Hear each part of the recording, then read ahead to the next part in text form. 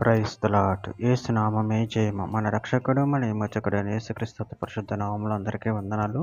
చిన్న ప్రార్థన ద్వారా రాత్రికాల వాక్యధారం చేసుకుందాము.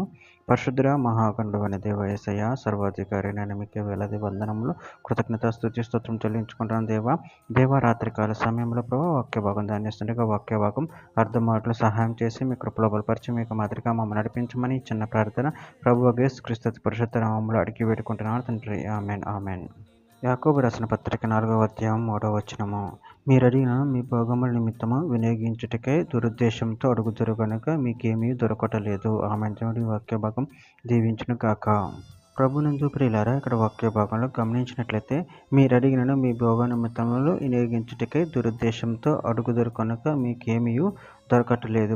అదేవిధంగా ఇక్కడ వాక్య భాగంలో గమనించినట్లయితే యాకోబు రాసిన పత్రిక 1వ అధ్యాయం 6-7 వచనంలో అయితే అతడు ఏమాత్రమును సందేహింపక విశ్వాసంతో అడగవలెను. సందేహించువాడు గాలి చేత రేపపడు ఎగిరిపడు సముద్ర తరంగమును పోలి ఉండును. అట్టి మనుషుడు దీమనస్కుడై తన సమస్త మార్గముల యందు అస్థిరుడు. మీకా గ్రంథము 3వ అధ్యాయం 4వ వచనం. వారు దుర్మార్గతను అనుసరించి నడుచుకుని ఉన్నారు కనుక వారు యెహోవాకు మొరపెట్టినను ఆయన వారి మనవి అంగీకరింపక ఆ కాలమందు వారికి కనబడకుండా తాను మరుగు చేసుకొనును. యోహాను రాసిన మొదటి పత్రిక 3వ అధ్యాయము 22వ వచనం. ఆయన ఆజ్ఞ ఏదనగా ఆయన కుమారుడైన యేసుక్రీస్తు నామము నమ్ముకొని ఆయన మనకు ఆజ్ఞ ఇచ్చిన ప్రకారముగా ఒకరినొకడు ప్రేమింపవలెననిదియే. యోహాను రాసిన మొదటి పత్రిక 5వ అధ్యాయం 14వ వచనం.